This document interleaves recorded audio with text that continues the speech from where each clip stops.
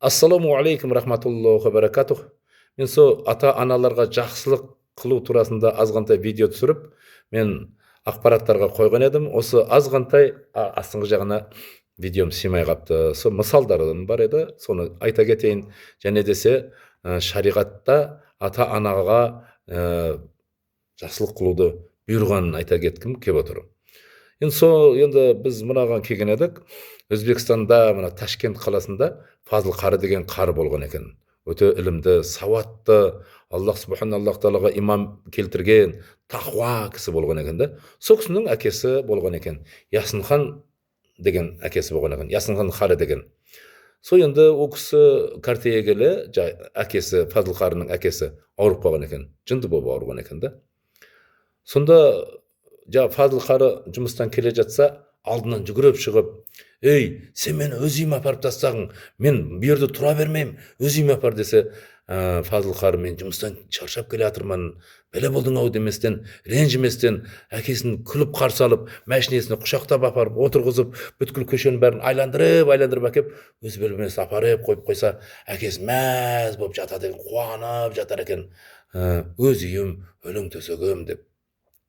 Содан бір күндерде машинасы да сынып қалды дейді Фазыл қарының. Бір күндерде келгенде Фазыл қарының машинасы сынып қалған кездерде әкесі сол әдетінше мені басқа үйіме апарғын, өзім үйіме апарғын деп жүгіріп алдынан шыққан екен. Жаяу келген Фазыл қары әкесін арабаға сап алып, көшені қыдыртып әкеп, өз орнына жатқызып қойған екен. Мінекей осы дәрежеде әкелеріне жақсылық істеген осындай болар екен.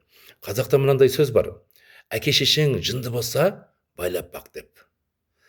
Әке шешенің егердем көзінен баланың, я болмаса келіннің сөзін көтере алмастан қамығып, көзінен жас ағып сол жерге тамса, ол үлкен қарғыс болады. Өте жаман қарғыс болады. Қазақта айтады ғой, әкенің қарғысы оқ деп айтады ғой, тұрма? Сол сияқты бұл енді қарғамай қайшын, көзінен жас шықса, соның өзі үлкен қарғыс болар екен да. Мен енді бір жігіт маған өзінің әңгімесін айтып кетіп еді. Сол кейіпкердің өзінің аузынан естіген әңгімені осы жерде әңгімелей кеткім келіп отыр. Соны осы жерге айта кетсем, иншалла артық болмас деген ойда отырмын. Үйлендім дейді. Үйленгеннен кейін бір себептерменен Аллах Тағаланың қалауы сол болды ма, пешенеге жазылғаны сол болды ма, енді бір кім шыққан тауын аласа болсын дейді. Жақсы болсын деп, жақсылық болсын деп үйлендік. Үйленгеннен кейін ортада жарасулар болмай қалды дейді. Болмай қалғаннан кейін ләж жоқ, ол жерде өмірді ары қарата сүру мүмкіншілік болмай кеткеннен кейін ажырастым дейді. Бірақ ішінде бала кеткен еді дейді. Әйелдің дейді. Әйелімнің ішінде бала кеткен еді дейді. Содан баланы босанды. Бала 2 жасқа келгеннен кейін ба, 3 жасқа келгеннен кейін ба, енді білмеймін дейді. Алып, өзінің туған әпкесінің атына өткізіп жіберген екен дейді. Содан не керек? Жүре бердім дейді. Бір күндері бала ер жетті дейді. Бала ер жетіп, үйленген құсайды, отбасы болыпты, 5 балалы болыпты дейді. Сол моменттерде өзімді жұмыс істеп жүрген жерімнен жұмыс жағынан бір проблема болып қалды. Сөйтті де жұмыстан мен шығып кеттім. Ләж жоқ, күнімді көру үшін Москваға жұмыс істеуге кеттім дейді. Бардым, Москвада өте тамаша жұмыс таптым дейді. Доставщик болғанда шофыр басқа, мен шофырдың жанында отырам, бүткіл жағы азық-түліктерді жағы үйдегі тарқатуға мен жұмысқа тұрдым. Айлығым бір 50 000 орыс ақшасы еді дейді. Жүда жақсы жұмысқа тұрып не қылып жүрген кезімде бір күндері ағаларымнан хабар кеп қалды дейді. Ей, сен тез қайт, мына жерде сені балаң іздеп кеп қалды, қайтқын деген сөздер айта бастады дейді. Мен де шынында да балам келген болса, мен барайын қой деп, сол Москвадағы жұмысты тастап келуге тура келді дейді. Келдім дейді. Келгеннен кейін, әке, сіз осы үйде тұра беріңіз деп айтты дейді. Бірақ өзімнің де үйім бар еді қалада дейді. Сол үйге тұрмастан, мен өзімше тұра берейін. Сен өзіңше тұра бермейсің ба десем, болмастан, жоқ әке, мен сізді басқа жерге тұрғызғым келмейді. Сіз менімен бірге тұрасың деп қоймай тұрып алды дейді. Сөйтсем, пландап жүрген нәрсесі болды ма, шешесі екеуі пландады ма, келін үшеуі пландады ма білмеймін дейді. Бала әйтеуір бір намазды түсініп оқи ма, түсінбей оқи ма, бір намаз оқиды екен дейді. Бала дейді. Ол кісінің өзі де бір мынау діни жағынан сауаты жақсы, сауатты кісі. Кейін оның анасымен ажырасқаннан кейін сондай діни жолдарға түсіп, діни сауат ашып, діни сауатын көбірек ашып алған жігіт еді дейді. Сонымен не керек? Өзінің айтуы бойынша мен кіреберістегі бөлмеге жаттым дейді. Бала ортадағы бөлмеге жатты дейді. Келін одан кейінгі бөлмеге жатты дейді. Бірақ келіннің есігі жабық тұрар еді дейді. Бірінші күні түнедім дейді, сол есіктің аузындағы бөлмеде. Тұр деп, сол өзім бөлменен тұрып дауыстадым. Бала тұрып, дәрет алып, менімен бірге намаз оқыды дейді. Екінші күнде сондай айттым. Екінші күнде орнын қарғып тұрып, менімен бірге намаз оқыды дейді. Үшінші күні тұрып, ей, тұр орныңнан деп атын атап тұрғызып едім, тұрмай қойды дейді. Көбірек дауыстап тұрдым, тұрсаңшы деп айттым, тұрмай қойды дейді.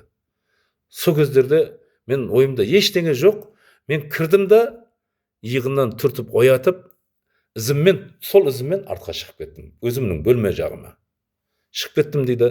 Содан кейін тұрды ол дейді, намаз оқыдық дейді. Намаз оқып болғаннан кейін менің қалада жұмысым бар еді, сол қаладағы жұмысқа кетіп қалдым дейді.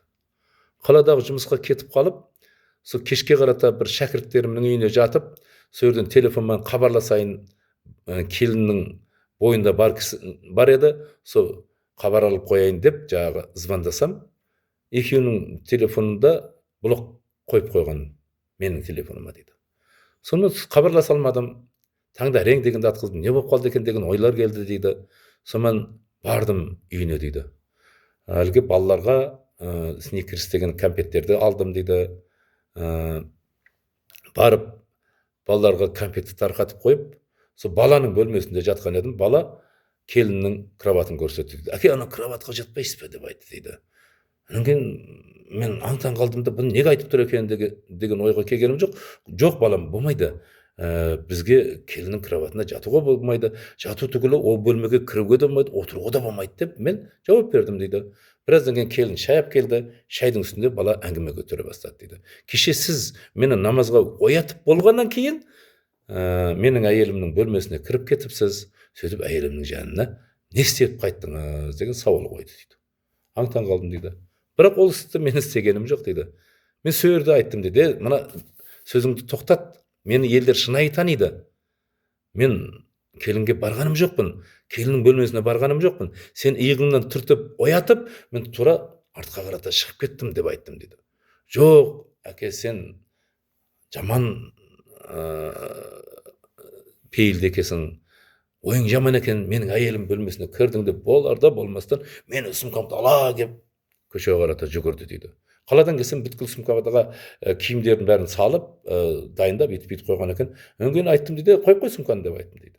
Қойып қой сумканы. Шықсам бір жүгіле кеп қалды дейді. Жүгілеге мініп келе жатып, сол баланың үйіне жақын жерде мен шәкіртім тұрар еді дейді. Шәкіртіме звондадым дейді. Қайдасың деп айттым дейді шәкіртіме. Болмай кетіп бара жатырмын дейді. Қол деген дірілдеп кеткен, бүткіл дене не болып жатқанын басқара алмай қалдым дейді. Өз бойымды өзім басқара алмай, қайдасың деп айттым дейді. Сөйтіп жаңағы шәкіртім айтты дейді, аға, мен жаназада жүрмін. Сіз келініңіз бар ғой үйде, келініңіз бар. Бара берсеңізші, келініңіз бар деп.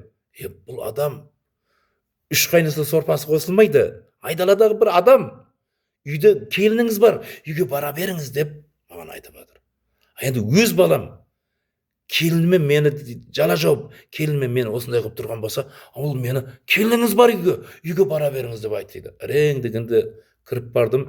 Жағы ступенькілерден әрең дегенде көтеріліп үйге кіріп барған едім. Келін түрімнен байқап қойды көп нәрсені дейді. Аға, не болып кетті сізге? Не болып кетті деп асты үстіме түсіп барып отыратын жерге отырғызып қойып, суық шайын алып келіп, мұздай шайын алып келіп, су алып келіп, кішкене бір мен сізге тамақ дайындап жіберейін, сіз мынау душқа кіріп шомылып өзіңіз келіңіз деп, менің шәкіртімнің әйелі, мен туған келінімдей қорқып кетті, түрі өзгеріп кетті дейді. Сонымен сол жерде отырып, душқа түсіп шықтым дейді. Сөйтсем бала мен ағайындарым барлығына звондаған ұқсайды дейді. Енді өзінің істеген тірлігі жүзеге асты, енді жабылатын жаласы жабылды. Мен бұны мойнына қойып берейін, бұны бір жексұрын қылайын деген ойда болды ма білмеймін. Барлығына звондады дейді. Мен осындай ұйықтап жатқан едім. Әкем мені оятады да, мені оятып болғаннан кейін ары қарата жүгіріп, менің қатыным жатқан бөлмеге кіріп кетеді. Ояқта не істегенін білмеймін деп звондаған екен. Сода ең үлкен ағам айтыпты, біз оны біздің ортамызда өскен бала, оның тақуалығы өте мықты, ол Құдайдан қорқады. Сенің әйелің алдынан жалаңаш шықса, ол тастап қашып кетеді, ондай айтпағың деп жағы сөзіне жауап беріпті. Содан кейін одан кейінгі ағамға айтқан екен, одан кейінгі ағам жүда балағаттап, үйтіп жүда сазайын беріп, жазасын беріпті. Содан шәкіртім үйінде отырған едім. Екінші ағам бар, ана баланы тауып кел, ол өліп кетуі мүмкін, мынандай істен кейін бар тауып кел, не жағдайда болып тұрған екен деп, жағы баласын жіберген, баласы қыдырып жүріп, менің отырған жерімнен тауып алды. Телефоннан звондады. Аға, шығып кетіңізші деді. Мен бардым, не болды деп барған едім. Сізді әкем шақырып жатыр, тез кесін деп жатыр деді. Онан кейін мен осы жерде бола тұрайын да деп едім. Жоқ, әкем сізді алып кел деп маған жүдә қатты табыстады. Сондықтан мен сізді ала кетемін деп болмай алып кетті дейді. Ағам үйіне барып едім, ағам қарсы алды, ағам жұбату сөздерін айтты, жеңгем де жұбату сөздерін айтып, не қылды дейді. Бірақ тамақ асып қойған екен, тамақ түк жүрмеді дейді. Содан арғы бөлмелеріне барып жаттым дейді. Бірақ менде бір жылау деген нәрсе болмады дейді. Көзден тоқтамай жас ағып жата берді дейді. Бұлай өксік, ондай мұндай жоқ дейді. Көзімнен тоқтамай жас аға берді дейді. 3 күн бойы тұрмай жатып алдым дейді ағам үйіне. Ағам да тұр, не қылып жатырсың деп айтпады. Жеңгем де айтпады дейді. 3 күн бойы тұрмай жатып алдым. Бойым соншалықты ауырласып кетті, денем бәрі ауырласып кетіп, жала деген өте жаман нәрсе екен ғой. Ауырласып кеткеннен кейін жатып алдым дейді. Сонда әкесінің айтқан сөзін мысал қылып айтады да. Әкем менің намаз оқитын еді, шешем де намаз оқитын еді дейді. Әкем намаз оқығаннан кейін бірденеге осы дұғаны қылар еді дейді. Я Алла, тосаттан келген бәлеңнен сақта, тосаттан келген жалаңнан сақта деп айтар еді дейді. Тосаттан келген жала адамдар үшін өте ауыр болады екен дейді. Неге дегенде ол жала жабатын адам дейді, ол пландап, сен бүйтіп айтасың, мен бүйтіп айтамын деп сөзін жұптап дайындап қойған болса, сен ештеңе дайындықсыз барсаң, ол жағдай жаласын жауып жүрген кездерде сен өң өшіп, не айтарыңды білмей қалады екенсің. Бірақ ол өзінің жағы пландап қойғандарын бәрін план бойынша істеген кездерде сен не істеріңді білмей сөйлен жынды болып қалады екенсің дейді. Мінекей осындай әкесіне жала жабатын балалар да бар екен. Бәрібір де қанша дегенмен әке ғой. Енді өйтіп жала жабатының бар. О, сонша Москвадан немене үшін шақырып алды ол дейді да. 3 күннің ішінде маған жала жауып отса, 3 күн тұрдым дейді. 3 күннің ішінде маған жала жауып жүрген болса, не үшін Москвадан мен шақырып алды дейді. Жұмысым өте мықты жұмыс еді дейді. 50.000 орыстың ақшасы еді дейді. Қайтадан мен әлгі шоферға звондаған едім, сенің орныңа тәжікті алып қойды, сенен жұмысың жоқ деп айтты дейді.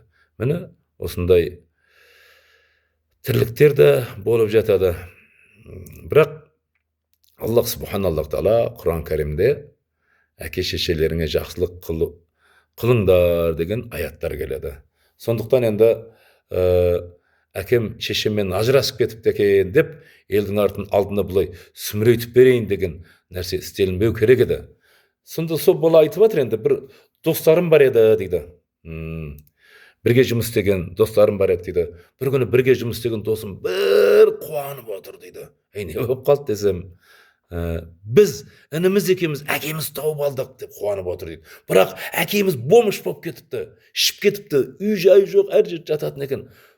Бардық, шомылдырдық, киім әпердік, онымен қосылып сүйреткіздік деп қуанып тұр дейді. Қара. Бірақ дейді, мен ондай емес едім ғой дейді. Мен Құдай деген адам едім, мен намаз оқитын едім, мен Аллах Тағалаға иман келтірген адам едім.